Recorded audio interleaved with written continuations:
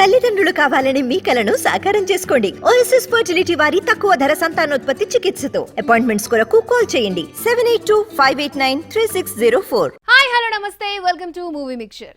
Historical movie set అవ్వాలంటే కథ కత్తిలా ఉండాలి, దానికి తగ్గ హీరో దొరకాలి. అప్పుడే క్రేజీ ప్రాజెక్ట్ సెట్ అవుతుంది, ఆడియన్స్ లో అటెన్షన్ పెంచుతుంది. ప్రెజెంట్ చెర్రీతో ఇలాంటి సినిమానే ప్లాన్ చేస్తున్నాడట ఓ Bollywood director. Mega power star ని యుద్ధ వీరుడిగా చూపించేందుకు రంగం సిద్ధం చేస్తున్నాడట. RRR తో పాన్ ఇండియా స్టార్ గా మారాడు రామ్ చరణ్. తర్వాత శంకర్ తో గేమ్ చేంజర్ స్టార్ట్ చేసి భారీ హైప్ ని క్రియేట్ చేశాడు. ఈ సినిమా సెట్స్ పై ఉన్నప్పుడే బుచ్చిబాబుతో ఓ స్పోర్ట్స్ డ్రామాకి కమిట్ అయ్యాడు. ఈ సినిమా స్టార్ట్ కాకముందే రామ్ చరణ్ 17 సినిమాపై కొత్త టాక్ ఊపందుకుంది.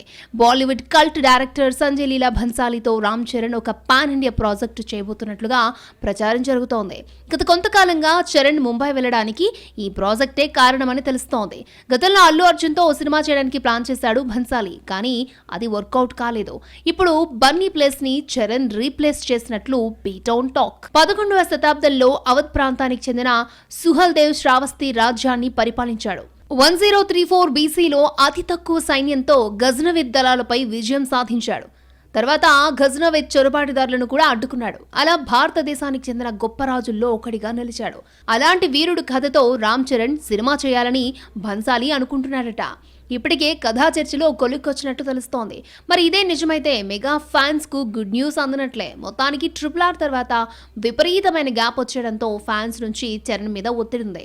ఏడాదికి కనీసం ఒక్క రిలీజ్ లేకపోతే ఎలా అనేది వాళ్ళ ప్రశ్న. ఇదే పాయింట్ ని క్యాచ్ చేసిన రామ్ చరణ్ భన్సాలీ ప్రాజెక్టుతో ఆ గ్యాప్ ని ఫుల్ఫిల్ చేయాలని చూస్తున్నాడట.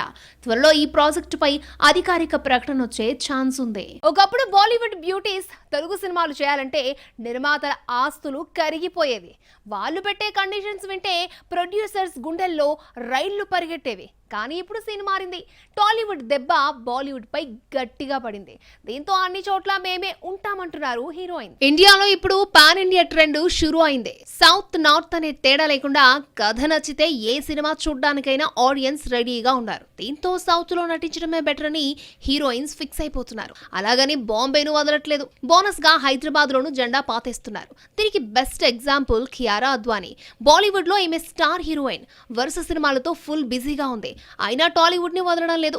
ఇక్కడ కూడా బిజీ అవ్వాలని చూస్తోంది. తెలుగు ఆఫర్స్ వస్తే స్పెషల్ కేర్ కూడా తీసుకుంటోంది. మొన్నటి వరకు బాలీవుడ్ కే పరిమితమైన జాన్వీ కపూర్ సైతం ఇప్పుడు దేవరతో టాలీవుడ్ లో అడుగు పెడుతోంది.